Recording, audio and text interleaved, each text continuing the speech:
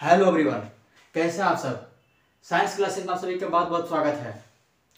और आज के इस सेशन में हम chromatography process, chromatography method, process, विधि जो कहें उसके बारे में हम अध्ययन करेंगे। हमने पिछले सेशन में ऊर्ध्वपातन विधि के द्वारा हमने समझा था और क्रियाकलाप सहित समझा था कि ऊर्ध्वपातन विधि क्या होता है। हम एक एक करके सभी विधियों का समझते जा रहे हैं। तो आज के सेशन में हम क्रोमेटोग्राफी विधि, क्रोमेटोग्राफी प्रोसेस को समझेंगे और जानेंगे कि इसमें क्रियाकलाप क्या है और क्रियाकलाप का प्रोसेस क्या है। इस तरह से पूरी तरह से आज हम इसे समझेंगे। अब तो आप सभी से आग्रह है कि आप अभी जल्द से जल्द जुड़ जाइए और आज की क्लास को बेहतर बनाइए। तो चलिए, आप सभी का हमें इंतजार रहेगा ही रहेगा। और चलिए बिना देर किए शुरू करते हैं और जानते हैं कि क्रोमेटोग्राफी मेथड क्या है और इसके क्या क्या प्रोसेस है, क्या क्या तरीका है। तो चलिए देखते हैं।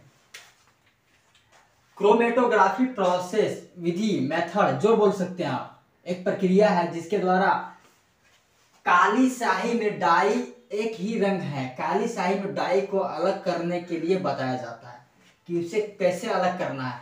तो यह क्रोमेटोग्राफी प्रोसेस है जिसके द्वारा अलग कर सकते हैं। तो बच्चों आप सभी ये जान लीजिए, क्रोमेटोग्राफी विधि द्वारा हम दो और बताएंगे चीज जिसको इस विधि द्वारा ही अलग किया जाता है। तो आपने सबसे पहले बताना है कि आपको बता दूं कि आप काली स्याही में डाई को अलग करने का एक जो विधि है, क्रोमेटोग्राफी विधि है, ये आपको इसी पर आपको बेस्ट रहेगा, इसी पर आपको बेस्ट रहेगा। जो आपका क्रियाकलाप काली स्याही में डाई को अलग करना है, ये क्रोमेटोग्राफी विधि ही है। तो चलिए, जैसे आपने देखा यहाँ पर क्या काली स्याही में डाई एक ही रंग है, तो क्या करना है, काली स्याही में डाई को अलग करना है। तो ये विधि क्या है बच्चों, क्रोमेटोग्राफी विधि, जिसे क्रोमेटोग्राफी मेथड प्रोसेस जो बोल सकते हैं। चलिए, जैसे हमने आपको बताया, इसे समझने हेतु, इसे अपने दिमाग में उतारने हेतु हमने एक क्रियाकलाप करनी चाहिए होगी, तभी हम समझ पाएंगे। तो चलिए, सबसे पहले हम इस क्रियाकलाप को समझने के लिए, क्रियाकलाप को भली बात अध्ययन करने के लिए इसके समस्त पात्र को हम देखते हैं कि पात्र में क्या क्या चीज शामिल है। देखिए, एक छानक पत्र, सबसे पहले आपको बता दूं, ये छानक पत्र है जिससे जो है उस पर काली स्याही को रखा गया है और उसका इस्तेमाल आगे करेंगे। तो ये छानक पत्र है और छानक पत्र के सबसे निचले भाग में एक लाइन दिया हुआ है, एक पेंसिल की रेखा दिया हुआ है जो हमने इंडिकेट किया है। उस पेंसिल के रेखा के बीच में, बीचों बीच में, छानक पत्र के निचले भाग के बीचों बीच में स्याही का निशान जो विलायक है, जो पानी और स्याही, काली स्याही का जो है, दोनों को मिलाकर एक घोल को एक बूंद डाला गया है, वही स्याही का निशान बीच में डाला गया है। चलिए, आपने ये तो फिगर 1 तो आपने समझ लिया कि क्या क्या है। अब फिगर बी में देखते हैं। फिगर बी में एक जार लिया हुआ है। क्या है बच्चों, एक जार है। उस जार के अंदर में, जैसे आपने यहाँ पर छानक पत्र को देखा, उसी स्थिति में आपको यहाँ पर डाल देना है, निचला भाग करके आपको डाल देना है। लेकिन आपको ये ध्यान रहे कि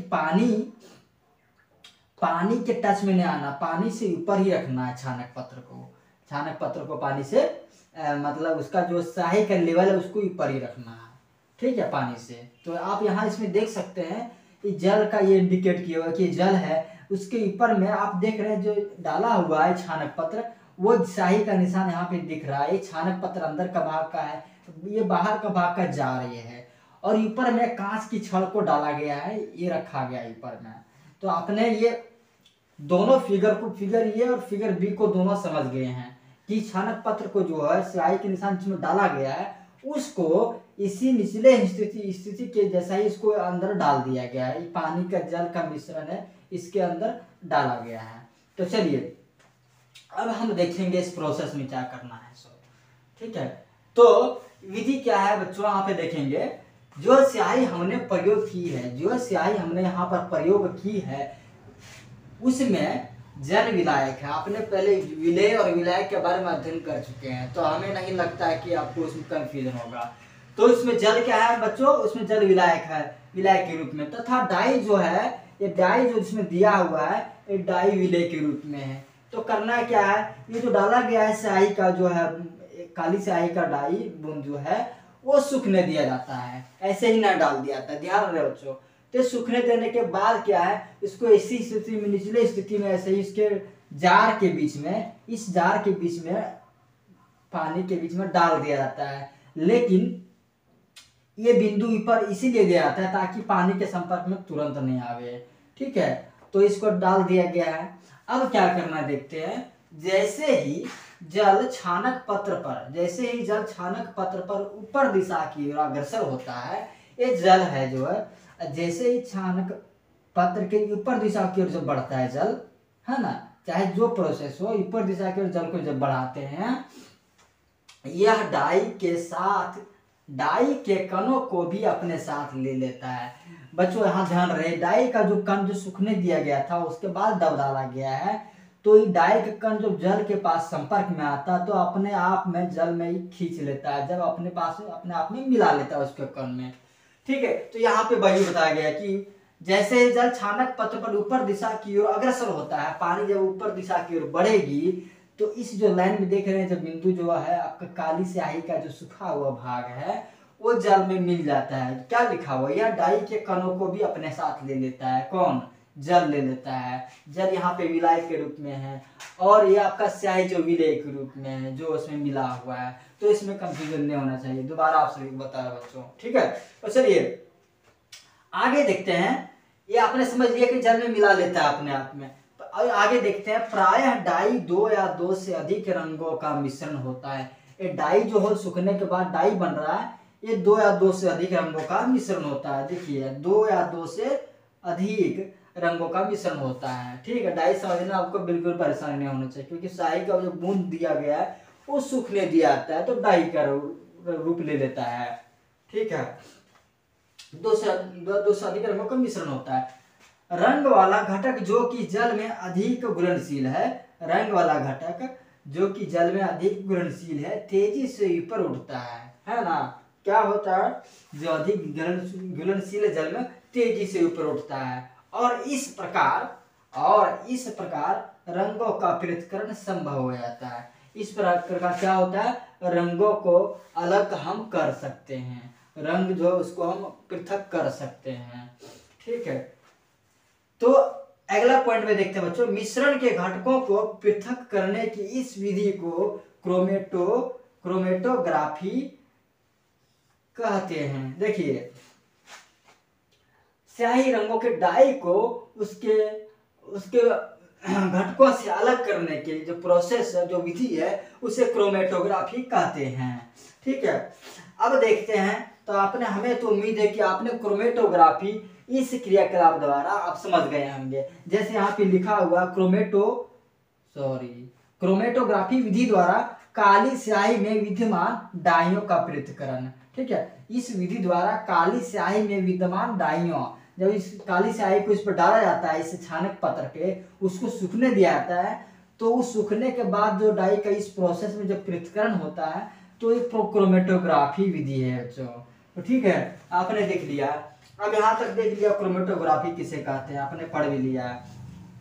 आगे देखते हैं अनुप्रयोग। क्या देखते हैं, अनुप्रयोग। जैसे आपने पिछले सेशन में भी आपने जो ऊर्ध्वपातन के बारे में पढ़ा, तो उसमें भी आपको 2-3 अनुप्रयोग बताया गया है कि इस विधि के अंतर्गत और भी कुछ है, और भी विलयन है जिसको अलग किया जाता है। हम अर्थात आप जान ही रहे कि मिश्रण के घटकों का पृथक्करण, मिश्रण के घटकों का पृथक्करण हो रहा है, तो उसमें हम यहाँ पे अगला विधि में कि हम काली स्याही और डाई में पृथक्करण कर रहे हैं, तो यहाँ पे हमने देख लिया पृथक्करण हो गया। उसी तरह से हमने पिछले क्लास में पढ़ा था, तो इसमें भी डाई में रंगों का पृथक्करण करना हम देख लिए कि हमने की इस्तेमाल कर लिया, हमने यहाँ समझ भी लिया कि डाई से काली स्याही, डाई से रंगों का पृथक्करण हो गया। उसके अलावा हम इस विधि का सहारा से हमने डाई वाला देख लिया। रक्त से नशीले पदार्थों को पृथक करने में यह इस्तेमाल होता है क्रोमेटोग्राफी। रक्त से नशीले पदार्थों, मतलब ड्रग्स वगैरह जो लेते हैं, नशीले पदार्थों को जो सेवन करते हैं, उसके रक्त में नशीले पदार्थ का जो है अवयव मिल जाते हैं, कुछ घटक मिल जाते हैं, तो उसे अलग करने के लिए, रक्त से रसीले पदार्थ को अलग करने के लिए क्रोमेटोग्राफी विधि का प्रयोग करते हैं। ठीक है, इसके अनुप्रयोग दूसरा। तीसरा में प्राकृतिक रंगों से पिगमेंट को पृथक करने में, देखिए प्राकृतिक रंग जो है उसमें से पिगमेंट को पृथक करने के लिए, प्राकृतिक रंग में से कुछ घटक हैं उसको अलग करने के लिए क्रोमेटोग्राफी विधि को प्रयोग करते हैं। इसका 3 अनुप्रयोग है। तो बच्चों हमें उम्मीद है कि आज आपने क्रोमेटोग्राफी में क्रियाकलाप सहित सारे बिंदुओं को समझ गए कि क्रोमेटोग्राफी है क्या और क्रोमेटोग्राफी में क्या प्रक्रिया है जिसके द्वारा काली स्याही को डाई का अवयव को अलग किया जाता है। तो हमें पूरी उम्मीद है कि आज के सेशन में आप बिल्कुल संतुष्ट हैं और सारे कंटेंट को जो मेरे द्वारा बताया गया आप पूरी तरह से आप समझ गए हैं। तो आज के लिए बस इतने ही, और फिर अगले हम सेशन में हम अगले क्रियाकलाप को, अगली मेथड को, अगली विधि को आपके बीच जरूर लाऊंगा और कड़ी मेहनत के साथ आप सबों को बीच प्रस्तुत करूंगा। जैसे इसमें हमने आप सभी को बताया कि क्रियाकलाप क्या है और किस प्रकार ये प्रोसेस, किस प्रकार क्रोमेटोग्राफी विधि किस प्रकार काम करता है। तो आज के लिए बस इतना ही, और अंत में आप सभी अपना बहुत ध्यान रखिएगा, बहुत ख्याल रखिएगा। जय हिंद, जय भारत।